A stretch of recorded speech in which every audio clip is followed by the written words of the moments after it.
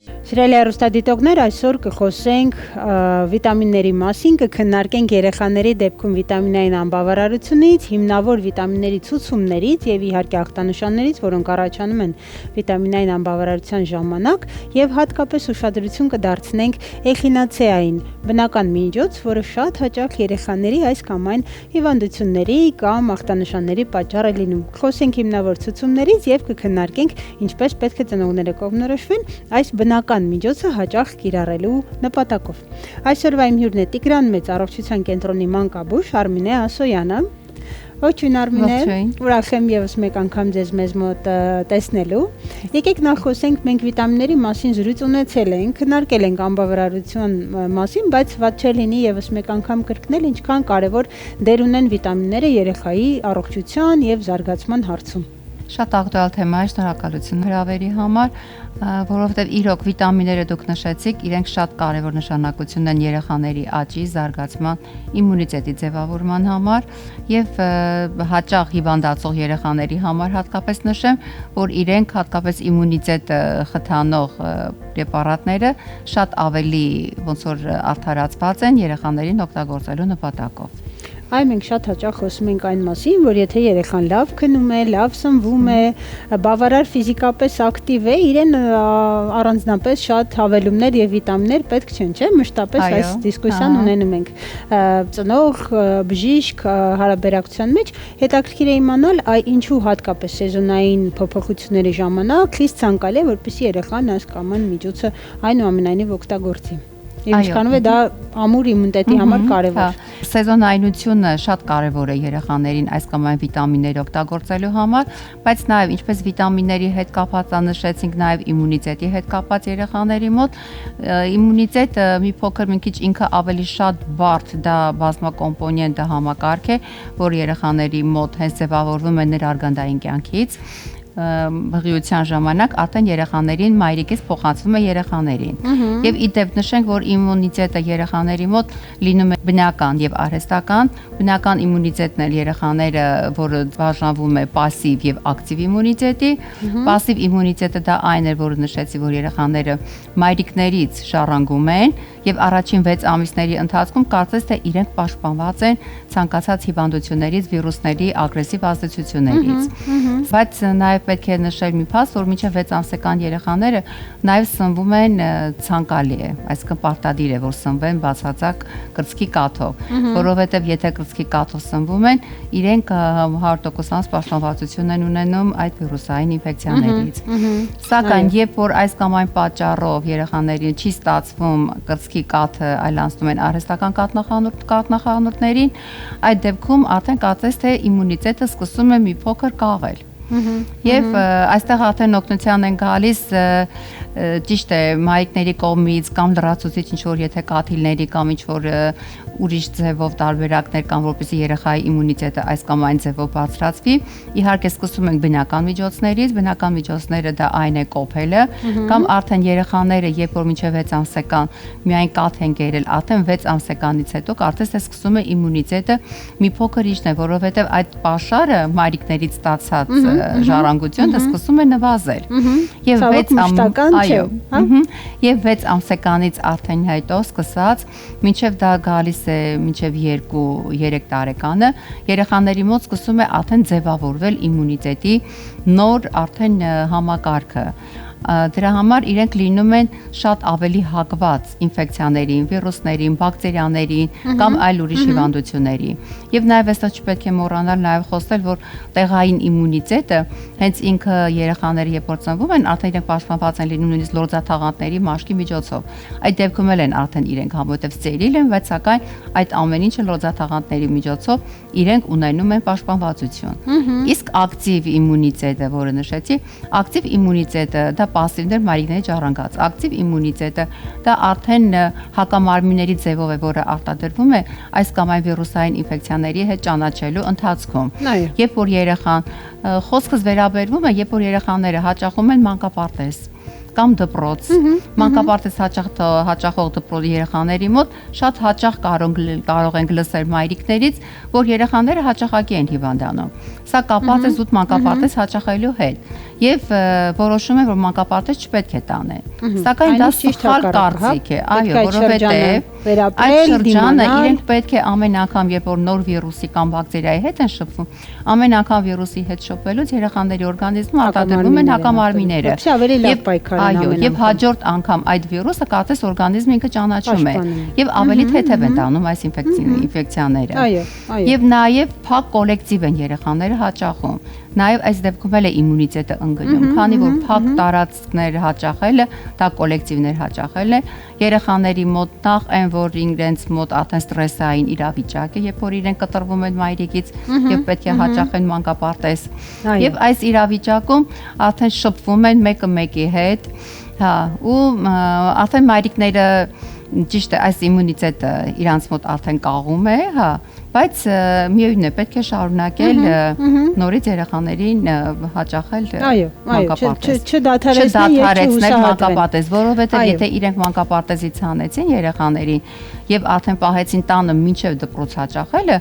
արդեն դպրոց գնալուց երեխաները շատ ավելի են հիվանդանալու։ Ստրեսային այդ շրջանը, ստրեսային իրավիճակը, այո, եւ հոգեպես շատ ավելի միգուցե արտահայտված լինի։ Եթե կարելի է անդրադառնանք նաեւ սննդակարգին, այվալ գարնանը, ձմռանը, ես հիշում եմ, որ դուք այդ սեզոնները թվել եք, որոնց դեպքերում հատկապես վիտամինային դեֆիցիտ է լինում, այ ես վստահ եմ հիմա մայրիկները, որ նայում են մեզ հետ, միգուցե իրենց հետ նաեւ բալիկներն են նայում, որ ասեն, այ տես բժշկուհին է ասում, պետք է օգտագործես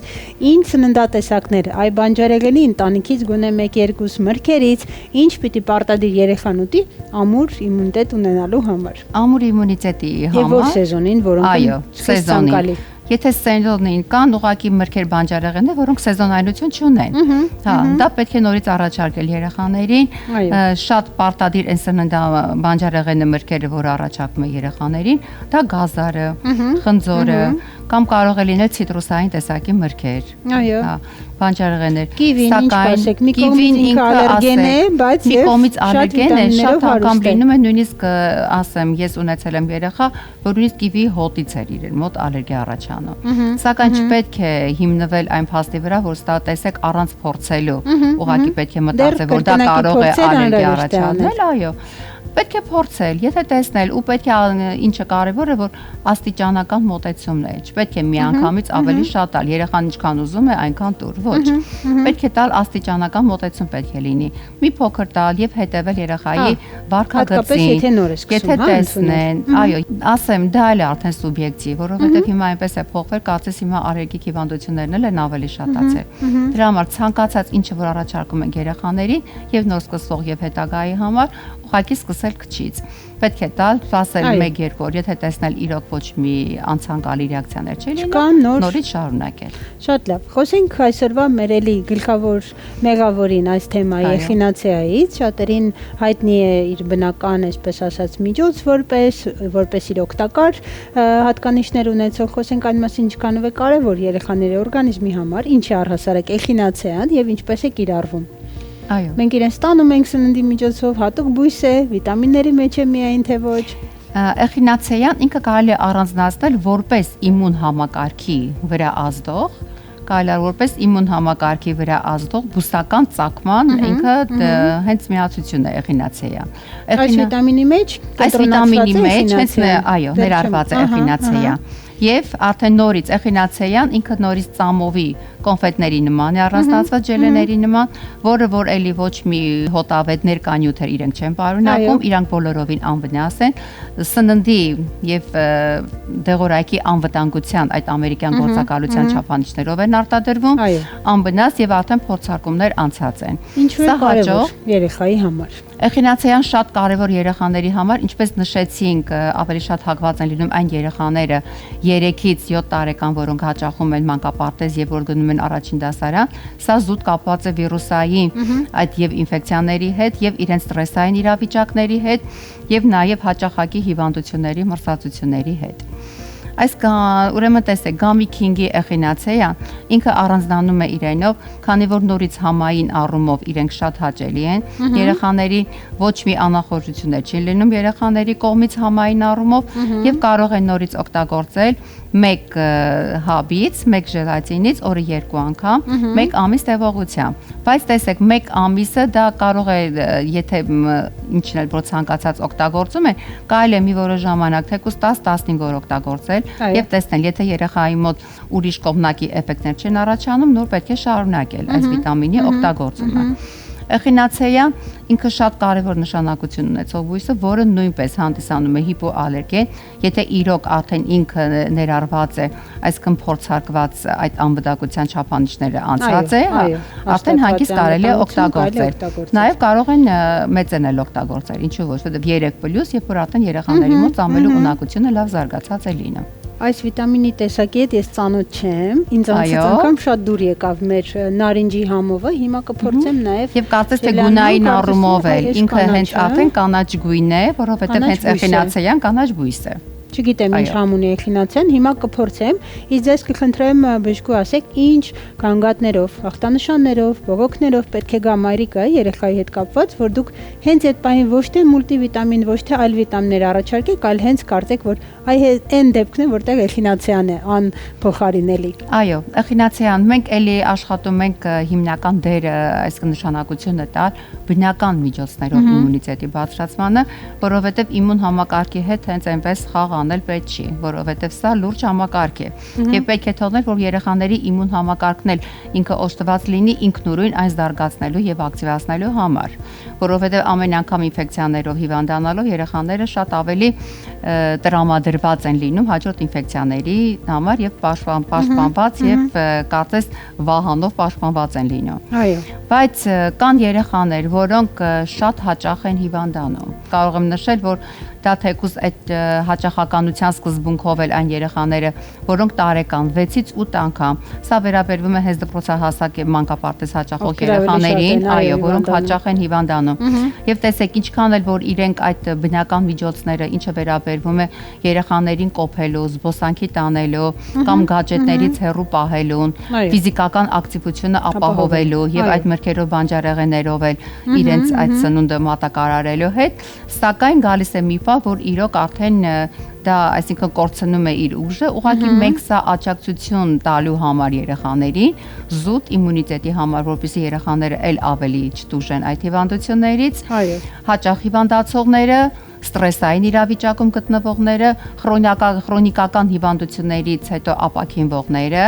եւ նաեւ ձգձգվող հիվանդությունները, որոնց ընթացքը նորից ավելի ձգձգվող է եւ կախված է ցանկացած հիվանդության վիճակից եւ հիվանդության։ Երբելի օգնություն է պետք։ Այ դուք մինչեւ պատմում եք, ես ձեր խորհուրդը հիշեցի, լավ ծամեցի երկար, տեսեք, եթե նախորդ ավելի նարինջի համ ուներ, սա կարծես թե թվում զգացում էր, որ ինքը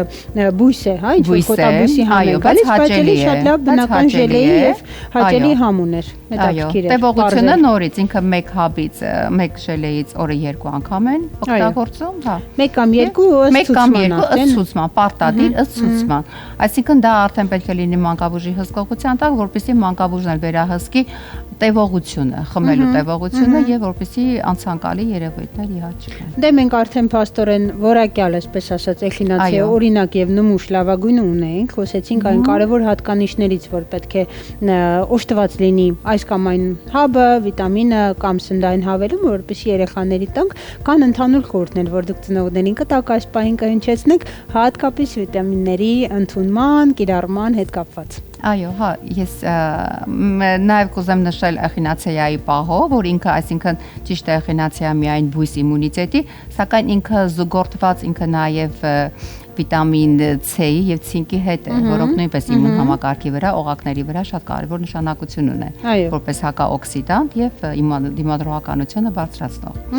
Իսկ ծնողներին ես ցանկանում եմ ուղղակի հորդոր մայրիկներին, որ իրենք աջ ու ցախ երեխաներին ոչ մի տեսակի վիտամիններ, այսինքն այն ինչը որ շատ է, լավ է, ավելի լավ է որ սա լինի, բայց ոչ, պետք է միշտ լինի այն որ չափավորության սկզբունքը, պետք է ամեն ինչը լինի հիմնավորված, պետք է միշտ կապը լինի իրենց բժշկի, մանկաբուժի կամ ընտանեկան բժշկի հետ հսկողության տակ, եւ հետո եթե երեխան ունի այս կամ այն գանգատը, առաջին հերթին պետք է դիմեք բժշկի, անցնեք եթե կարիք կա հնարավորինս հետազոտությունները,